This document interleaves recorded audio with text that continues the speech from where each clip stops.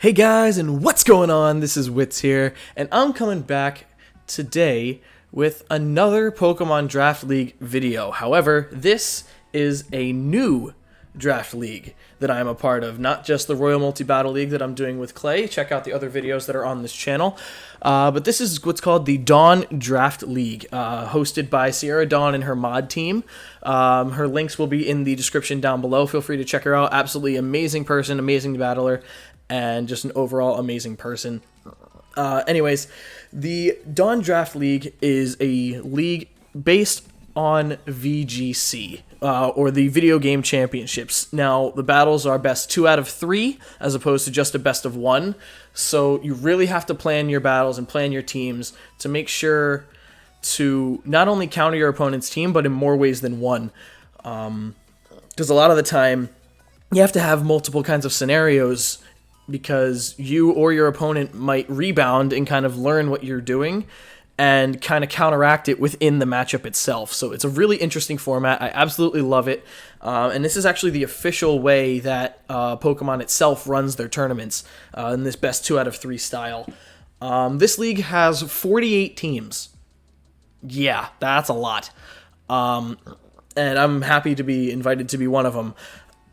So one would expect, like, how do you get 48 teams in a draft, in one draft? Well, we actually split our drafts. So there are 8 divisions with 6 teams each, and there were 4 different drafts that happened almost simultaneously, kind of based on time zone. So my division, which is the Psychic group, you should see it on your screen momentarily. Oh, that's my team. Whoops. There we go. There's my Draft League team. I'm in the Psychic group with Sassy, Monferno Bro, myself, obviously, Deadly B, who's one of the mods who put this all together. Can't thank them enough. Foss, and Mr. T. And I was part of the draft group with Psychic and Electric. So both of these first 2 groups here, we were the first draft that actually happened in the entire draft. So I'm actually going to go over my team right now, what you see on the screen here. I'm actually going to flip over to this Teambuilder and Showdown, and I can show you all of the mons that I picked and in what order. So yeah, my team is known as the Philadelphia Flygons, which you see on the bottom right-hand corner of that original screen. I'm actually going to pop it up right here on screen right now. Boop! There it is. Kind of live editing, you get to see everything kind of already in person. It's pretty cool. But yeah, so that's my team, the Philadelphia Flygons. This team's been in existence since around 2013 or so. It's when I first started playing Draft League. And yeah, this was how I kind of started out doing these kinds of draft leagues. So why don't I go over the team in order that I got, and then I'm going to go into a mini team builder for this week's match. So this is not only a draft recap video, but also our week 1 team builder for against Monferno Bro. So I had the 2nd overall pick in our groups, and I was kind of happy to get the 2nd overall pick. It's a really good pick. 1st, 2nd, 3rd, and then 10th, 11th, 12th, personally, are, in my opinion, the best slots, because you're close enough that you have 2 picks almost back-to-back, so you can kind of plan your cores and do everything together, but also you're just far enough away that you can still snipe other people and see what other people are going for to counter-pick against them. So I kind of went into this draft with 2 different kinds of draft plans. One was full-out offensive, just going to run train through every single team that I come across. And the second one was more of a terrain control, unburdened style team that you guys have already seen me do for the Royal Multi-Battle League. And I was very surprised about how this draft actually ended up, because it's literally a combination of the 2 teams. So why don't we start off with Urshifu G-Max here. And in this league, if the mon can G-Max, anything can G-Max. Yeah. So you'll see on my team, I have 4 Gigantamax mons on this team. It's kind of nuts. And a bunch of these nicknames might not make sense, but they are players that are on the Philadelphia Flyers, the NHL hockey team, which the Philadelphia Flygons is based off of. So you're going to be seeing a lot of these nicknames that are just based off of the players. For instance, Farabee here is named after Joel Farabee. He's a second-year player in the league. Just like Urshifu is technically a second-year Mon, if you were so to say. If you count Isle of Armor being his rookie season and then the Crown Tundra being the second year. I just thought it tied in pretty well, so I named Urshifu after Joel Farabee. Absolutely amazing Pokemon. Unseen Fist is a huge ability that can just break through protection. Nothing can protect against an Urshifu. And just has some massive, massive attacking power. Wicked Blow, guaranteed crits, close combat, great coverage, and Ice Punch, Fire Punch, Sucker Punch priority, Rock Slide, Zen Headbutt, U-Turn for Switch Initiative, Acrobatics if I want to pull some cheeky shenanigans with a weakness policy or blunder policy. Yeah, Urshifu is just an all-out huge offensive Pokemon, and that ties together with my next pick, which I was incredibly surprised that it came back around, because like I said, I got Urshifu with the second overall pick, and I was expecting either Urshifu or Rillaboom here to be taken, and they both came back to me. Well, Urshifu, yeah, I was able to get that because I had the second pick, but Rillaboom I was not expecting to come back, because Rillaboom is one of the premier Pokemon in the metagame. Grassy Surge is an amazing ability, setting up the grassy terrain for its priority grassy glides, fake out pressure, you have great coverage, Drain Punch, Darkest Lariat, high horsepower, knockoff, low kick if I need to, Wood Hammer for massive amounts of power in that grassy terrain, Body Press if I want to build up on the defensive side. I won't go in too much into it, because I do have a decent amount of things planned that I don't want to spoil. So just keep an eye out for when I do these team builders throughout the whole rest of the league here. But Rillaboom is the captain of our squad, hence why his name is Giroux, named after Claude Giroux, the captain of the Philadelphia Flyers. Expect to see him very often in this league. Followed up by Drifblim. You guys have seen Thwackey and Drifblim together, and you kind of somewhat know what they do together already based on our previous video in the Royal Multi-Battle League.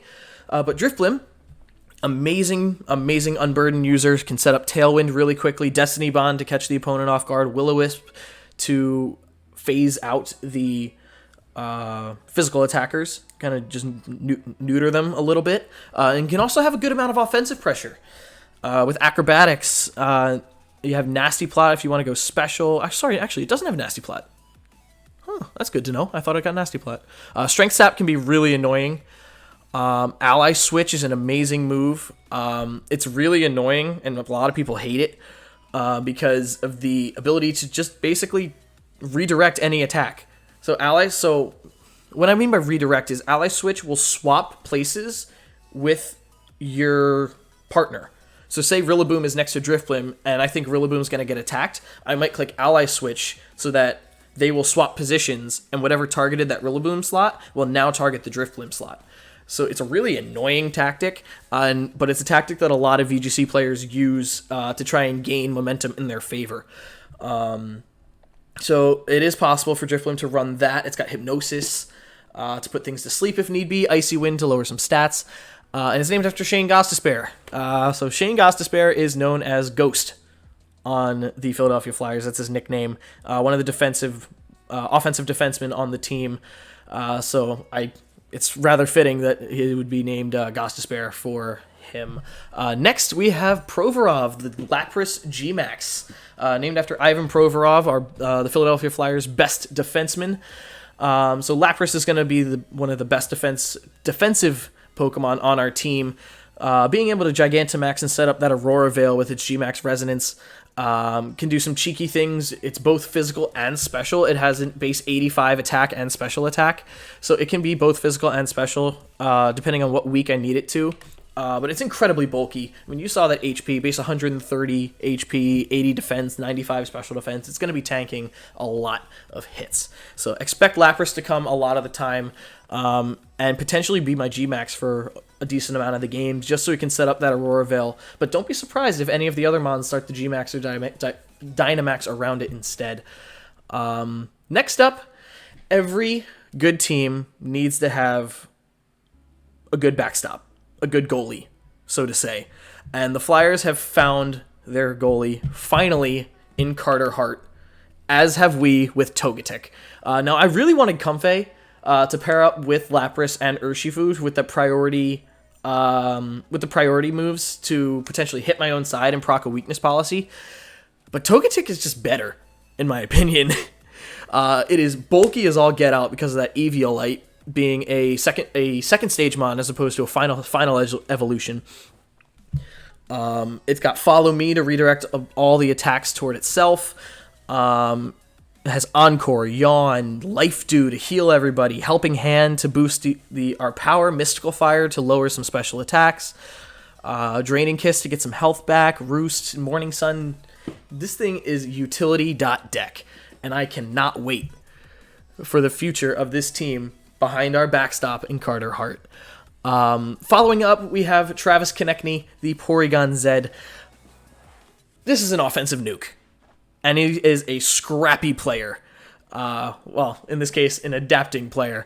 With the adaptability ability from Porygon Z, it has a base 135 special attack stat. With that adaptability, where the same type attack bonus is normally 1.5, yeah, adaptability makes it doubled. So essentially, this thing can fire off base 300 Hyper Beams and 300 Max Strikes. That's a little unfair. This thing is a nuke in itself. A lot of people run it with like a Life Orb or Choice Specs, maybe even an Assault Vest every now and then if you want to make it a bulky variant. But Tri-Attack, Thunderbolt, Ice Beam, Dark Pulse, Shadow Ball, Blizzard. This thing is massive when it comes to its attacks. And I cannot wait to see and to use this guy right here. Next up, we have Sean Couturier, one of the more promising players on the Philadelphia Flyers as well. Still young, one of the best two-way offensive players in the entire league, much like Naganadel is. It is a massive special attacker, insanely fast. This thing hits like an absolute truck. Draco Meteors, Gunk Shots, Sludge Bomb, Sludge Wave, well, maybe not Gunk Shot, unless I run Fell Stinger and get that +3 attack. So that's something that you might see sometime in the future. But this thing also gets Ally Switch, much as Porygon Z, so you might see some Ally Switch shenanigans coming from Naganadel. It also has Helping Hand for some support, if I can get words out, sorry. Breaking Swipe is an amazing tech move to lower the opponent's attack. Yeah, this thing is just massively powerful, and is a good complement to all the physical attackers that I already have in Rillaboom and Urshifu. Porygon Z and Naganadel hit from the special side, so expect to see a lot of powerhouse attacks coming from all four of those. And something to utilize that grassy terrain that Rillaboom will set up is Serena. Now, Serena, with her Queenly Majesty, protects our side of the field from any kind of priority attack. So any Fake Out, Quick Attack, Ice Shard, Sucker Punch, any prankster move. So if a Lipard or a Whimsicott are on the other side of the field and want to fake Tears me, nah, Serena just blocks it. It's pretty offensive, base 120 attack, only 72 speed, but it does get Grassy Glide. So it will have priority in that grassy terrain if I go for that attack. And you might notice Lauren Hart. No relation to Carter Hart, by the way. Lauren Hart is the #1 anthemist in the NHL for the Philadelphia Flyers. Great vocalist. Absolutely, everybody loves Lauren when we go to the games. So what better way to honor her than to make her Serena, the queen of the team. Following up Serena, we have Oscar Lindblom in Indeedee. Putting up that Psychic Surge, giving a different kind of terrain if I need to, in case I don't want to bring Serena and need to stop priority attacks, or if I don't bring Rillaboom, or if I just want to be tricky a little bit with the Psychic Surge and Psychic Terrain instead. I bring Indeedee. I can even bring it with Inner Focus or Synchronize and then run Fake Out with Indeedee. That is a perfectly viable option I have as well if I just want to keep the grassy terrain up. For something in the back, and I just have Indeedee there as a bluff, or just without the ability, it can come in and still Fake Out, put that kind of pressure on.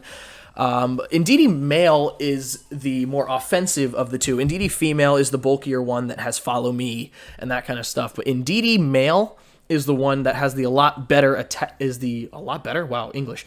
It has the better attacking power. So setting up that Psychic Surge and going for hard-hitting expanding forces, Psy Shocks, Psychics, extrasensories, even Mystical Fires, Tri-Attack, Stored Power. This also has Ally Switch and a pretty tech move called After You. So if Indeedee uses After You on my ally, for example, say my next Mon, Behem, it'll make it so the Behem moves directly after the Indeedee move. So I can just get off a powerful attack from that Behem, which you can see here is the next Mon at base 125 special attack. So it's another special attacker, something to potentially utilize Trick Room. My team is rather fast, so I wanted something to be able to deter my opponents away from potentially bringing Trick Room, or just as an option to reverse it if I need it, because Behem hits massively with those expanding forces in Psychic Terrain. That analytic boost, giving it so that it has 1.3 times power if it's the last to move in a turn. So it gives it a free Life Orb hit against my opponent, which is absolutely devastating, coming from an analytic expanding force in Psychic Terrain from a Behem. But this thing can do a whole lot more than just hit like a truck. I'm not going to go too much into it because I want to leave some room for some surprises. But last but not least, we have Flapple. Flapple Gmax. I can Dynamax it as well. It's normally going to be run as its Dynamax option. Hustle is an amazing ability, boosting its power at the cost of accuracy. So with its Gmax move, Gmax Tartness actually drops the opponent's evasiveness. So if I want to, I can Gmax Hustle or Gmax Tartness against my opponent and then go back into regular form. And then because of the Hustle, even though my accuracy would be lower, the evasiveness dropping would make my attacks hit that slot more often. So I'm able to then use those hits even more powerfully and more accurately because of that Gmax Tartness. So I expect to see that every now and then as well. There's some really cool tech options this thing has in Acid Spray, it has Hyper Beam if I want to go for Max Strikes, Sucker Punch. It is both physical and special. So if I want to go with a special route, I can go with those special moves, like I said, with the Acid Spray and Hyper Beam. But Grav Apple is its signature move, Outrage, Draco Meteor, Acrobatics if I want to be cheeky with some berry strats. So expect to see that throughout the entire tournament. Sorry if things are rather small. I'm still kind of getting used to recording with Teambuilders on the screen. I'm used to doing it in my normal setup in-game, which you're going to see right now with our actual team. So why don't we swap over to the team for this week? And I decided to go up against my pal Monferno Bro, whose team consists of Clefairy, Spectrier, Excadrill, Gigalith, Blastoise, Musharna, Vikavolt, Alolan Persian, Riolu, Noivern, and Wigglytuff. So his team has two different kinds of modes, a Sand mode and a Trick Room mode. He can go a little bit fast with Clefairy and Spectrier, but the main gimmicks that I see from this team are that Trick Room mode with Musharna, Vikavolt, Wigglytuff, Gigalith, and then the Sand mode with Gigalith, Excadrill. Blastoise can be a bit of a nuisance as well, but I'm pretty sure I'm fine against it this week. I have a pretty solid check, if not a pretty solid counter to that, which you'll see in a little bit. But this team can be very annoying, especially with Clefairy being able to follow me and its ability Friend Guard, boosting its allies' defenses by 1.3, which is just a crazy amount. But I was able to do a lot of my calcs and spreads based off of that Friend Guard ability. So you'll see from my first one here in Joel Farabee, the Choice Banded Urshifu has Close Combat, Sucker Punch, Wicked Blow, and Iron Head. So the main reason for all of that, again, it is Choice Banded, so it will be locked into a move if it attacks. If I do Dynamax or Gigantamax, in this case the Gigantamax Farabee here, I'll be able to switch moves, but its main thing is being able to kind of take care of the things it needs to take care of. I have just enough speed to outspeed what it needs to outspeed, and enough attacking power to blow my opponent back.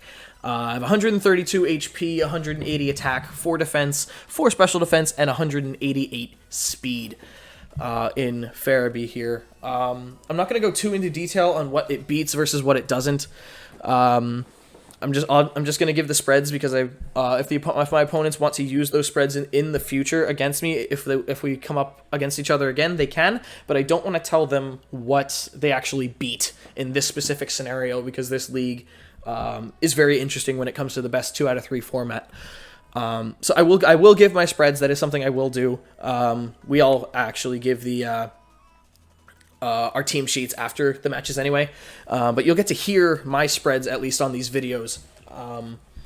Yeah, so let's move on to the next mon in Claude Giroux, the Rillaboom. This is a Lumberry Rillaboom actually, and the main reason for that is in case of Will-O-Wisp Spectrier. That was the main reason for it. But if they want to go for some kind of cheeky staticky plays with Vikavolt, they can. But the main reason, again, was for that, the Spectrier being able to tank that Will-O-Wisp if it goes for that slot and then take care of it. I can taunt it, making sure that it doesn't go for any kind of attack against me. It has Fake Out, Grassy Glide, and High Horsepower to take out the rest of the team. Yeah, that's basically it for Giroux. It's pretty self-explanatory. Its spread is pretty in-depth as well. 60 HP, 188 speed, 4 defense, 4 SPDEF, and 252 attack. 188 seems to be a rather common number that you'll see throughout this a little bit, but they do hit different speed stats, so my Urshifu will 100% outspeed Rillaboom every time, unless Rillaboom goes for that Grassy Glide. But the taunt is really there just to stop Trick Room. That Masharna can set up Trick Room. It's probably going to run a Mental Herb, if anything, but then it'll die to a Rillaboom hit. So if they lead Masharna with something else, I can just taunt that slot and Wicked Blow that slot to guarantee that it dies. Or just Grassy Glide Wicked Blow to make sure that it 100% dies. But I'm expecting a potential Blastoise next to Clefairy as a lead, so we'll see what actually happens in the game. Next up, we have Carter Hart. We have our wall for this week. Follow Me, Life Dew, Yawn, and Dazzling Gleam. This Eviolite bulky tank is going to be backstopping and taking all of the shots. Healing up the opponent. Or healing up the opponent? No, we don't want to do that. It's healing up our teammates. Ourselves and our teammates with Life Dew. Putting the foes to sleep with Yawn, potentially. And then just clicking Follow Me. Just to redirect all of those attacks away from the rest of the team. It's pretty self-explanatory set. Super Luck for the ability. If I need to go for a Dazzling Gleam, I will, and it has a boosted chance of getting a critical hit. But its main role here is to tank all of the hits. Next up, we have the Assault Vest Lapras. Now, Provorov here, this is the most interesting spread that I've built for this team. So it has Ice Shard, Thunder, Hydro Pump, and Ice Beam. So it's fully offensive in the sense of its moves. Because of that Assault Vest, I can't run status moves. But it tanks all of the hits, deals the damage back, and you'll see from that Ice Shard, why is it there? Well, Noivern's a thing. And if I need to, I can Sucker Punch and Ice Shard that Noivern, and it'll die. Even in the Gmax, even if it's Dynamaxed. Ice Shard does 50% minimum guaranteed, even with a timid nature or a modest nature, which I am. I have 124 HP, 204 defense, 84 special attack, 68 SPDEF, and 28 speed. Just enough speed to outspeed what I need to, just enough bulk to live the hits I need to. The main reason for this Lapras with that Water Absorb ability is for that Blastoise, that I will say, because it is a true counter to Blastoise and Blastoise Gmax. It only takes 50% from a shell-smashed Blastoise. So in that first hit, I knock it down a peg.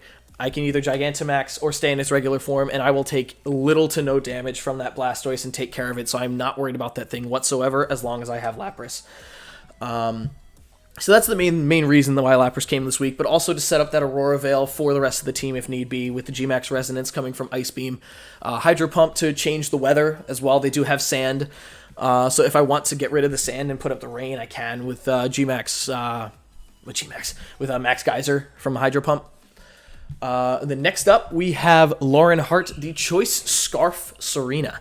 This outspeeds the entire team after Choice Scarf, has Power Whip, Triple Axle, U-Turn, and High Jump Kick. Unfortunately, it doesn't get knockoff. I wished it did, but it does not in this specific moment.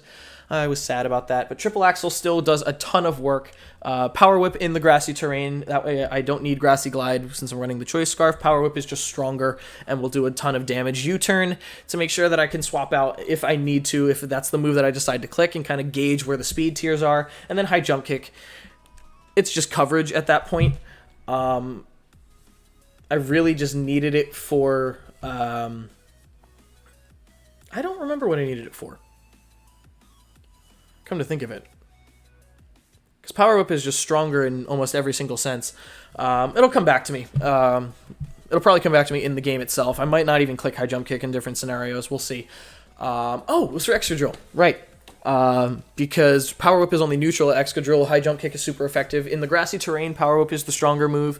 But outside of grassy terrain, high jump kick is the stronger move and does more damage to that Excadrill. So that was the main reason for that. And last but not least, we have Travis Konechny, the Porygon Z. It's a Life Orb Adaptability Porygon Z, and you see that third move there is Trick Room. Now, the main reason for that is to guarantee that if they for some reason lead a Trick Room lead, or I need to just get rid of the Trick Room, I can with Porygon Z. It's just an option to be able to kind of reverse the tide of the battle in case I need to. It also gives me a max guard option if I want to Dynamax this Porygon Z to go for that Hyper Beams and the Tri-Attacks and Shadow Balls. I only need Normal and Ghost this week. It covers his whole team. Yeah, that's really all I need it for. The only thing it wouldn't really hit too hard is the Gigalith, but Gigalith is covered by the rest of the team, so I'm not too worried. Yeah, so that is that's the team for this week. We're actually going to be having our battle in like 10 minutes, so I'm going to get in touch with Monferno, and we will start our match. So thank you very much for joining me today. I hope you enjoyed the video. Be sure to like, comment, and subscribe if you are new. And with that, I will say goodbye for now. Hope you have a good morning, afternoon, evening, whatever time of day it is that you are watching this video, and I will see you guys on the next one. Peace.